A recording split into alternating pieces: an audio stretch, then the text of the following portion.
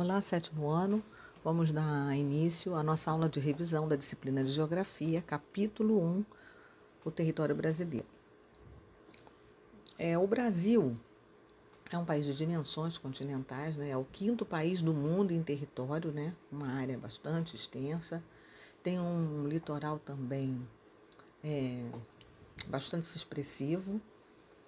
E na apostila de vocês, na página 1, vocês vão encontrar a relação de todos os estados brasileiros que são banhados pelo mar, pelo oceano, e que estão discriminados também por extensão, por quilômetros. Quando a gente pensa na denominação fronteira, né, o que nos vem à mente? O que seria fronteira, né? Indica o limite entre uma região que a separa de outra. Então, as fronteiras do Brasil com outros países, ao longo do tempo, elas foram fixadas através de tratados, de acordos, né, entre esses países com o Brasil. E se usa convencionalmente para se fixar fronteiras, muitas vezes linhas imaginárias, ou então até mesmo acidentes geográficos, como lagos, rios, montanhas, que vão delimitar uma região com a outra. O Brasil, aqui na América do Sul, ele tem fronteira com 10 países. Ele só não vai fazer fronteira com o Chile e o Equador, não é? Quando a gente pensa em território, em extensão territorial, nós sabemos que existe algo que chamamos de soberania, que se dá não só no espaço terrestre, mas também no espaço aéreo, no subsolo e também no mar, né? Então, existem acordos internacionais, né, entre os países, e inclusive o Brasil também, só podem explorar mar adentro até 370 quilômetros partindo da sua costa para o mar, né? Toda exploração do subsolo também, né, perfuração de solo para se extrair petróleo, para se extrair diamantes, tudo isso faz parte de cada país, desde que respeitada as suas delimitações, ou seja, as suas fronteiras. Então, o mundo ele é dividido geograficamente entre leste e oeste, pelo meridiano de Greenwich. E o Brasil, em sua totalidade, ele fica para o lado oeste nessa divisão, não é? Então, você tem também uma divisão entre norte e sul, que é pela linha imaginária do Equador. Então, quase todo o território brasileiro vai ficar ao sul. Bom, o que seria o meridiano de Greenwich, que é essa linha imaginária que nós já falamos, né? Ela divide a Terra em Oriente e Ocidente, ou seja, leste e oeste. E ele recebeu esse nome justamente porque passa, né, pelo observatório que fica localizado em Londres, o observatório de Greenwich.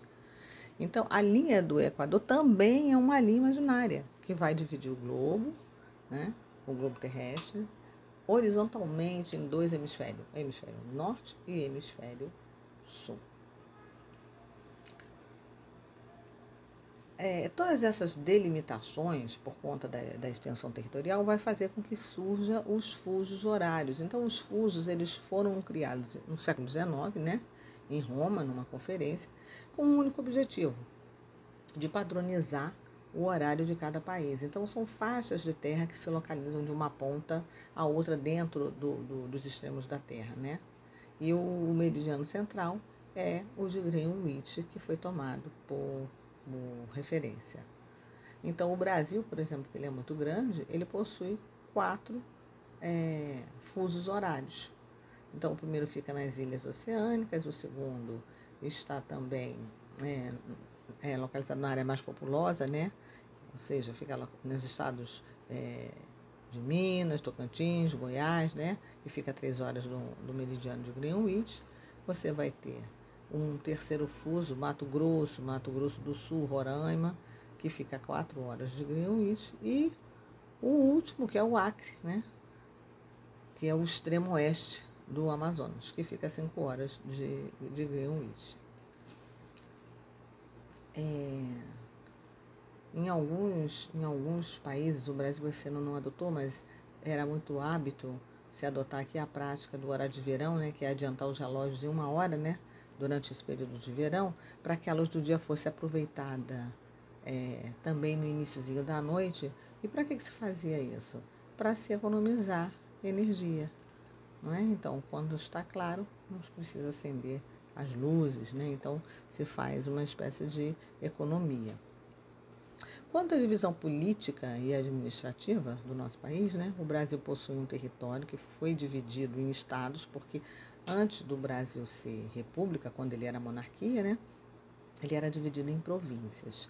Então, depois da república, essas províncias foram realocadas, ele passou a ser dividido em estados, e para facilitar a administração política, ele fora dividido em 26 estados, mais o Distrito Federal. O estado, por sua vez, ele é dividido em municípios. E os municípios, por sua vez, muitas vezes ele é dividido em distritos, para que seja mais fácil se administrar. As divisões regionais, né, nas quais o Brasil está dividido, são a região centro-oeste, nordeste, norte, sudeste e sul, com a discriminação de todos os estados aí na apostila de vocês, na página 4. E além dessas divisões regionais, nós temos as regiões geoeconômicas, né? Então, o Brasil, ele se divide, ele é fragmentado, levando-se em consideração a economia e a formação histórica. Então, ele não vai considerar os limites de cada estado, tá? Eles vão levar em consideração para essa classificação a economia e a formação histórica dessa região. Então, você vai ter, geoeconomicamente falando, você vai ter a Amazônia, né, que abriga toda a região norte e quase todo o estado do Mato Grosso, e vai até a parte do Maranhão. Você vai ter o Nordeste, né, que abriga todo o Nordeste. Você vai ter o Centro-Sul e abrangindo dentro dessa região Centro-Sul, você vai ter, além do Mato Grosso, Sul, Oeste, tal, você vai ter também o Distrito Federal. Então, é a região mais populosa e com a economia mais desenvolvida. Ainda na página 4, vocês vão encontrar o conceito, a diferença entre populoso e povoado. Populoso relacionado à quantidade total de habitantes e o povoado é relacionado ao número de habitantes por quilômetro quadrado. Ainda pensando no Brasil, né, a região natural, né, que é caracterizada pela semelhança dos elementos naturais, como relevo, vegetação, hidrografia, o clima, você vai ter uma grande diversidade. E por isso, também para que se compreenda melhor, também fora dividida em 6 regiões. Então, você vai ter o Cerrado, né, que tem um domínio de clima tropical, semiúmido, a Amazônia, que tem um baixo relevo, tem uma abundância enorme de água doce pelo grande número de rios, né, tem chuva constante também nessa região. Você tem a Caatinga, né, que tem um clima semiárido, com pouca chuva, uma vegetação que vai se adaptar a essas necessidades. Os mares de morro, né, que é basicamente constituído pela Mata Atlântica. Você vai ter a Araucária, que apresenta um clima subtropical, e as pradarias, que fica mais para o sul, que é teoricamente representada pelo Pampa, né, que é um relevo baixo, com ondulações bem suaves, uma baixa vegetação, e vai ter um grande desenvolvimento da pecuária. Então, eu sugiro para vocês uma releitura desse capítulo e um ótimo estudo.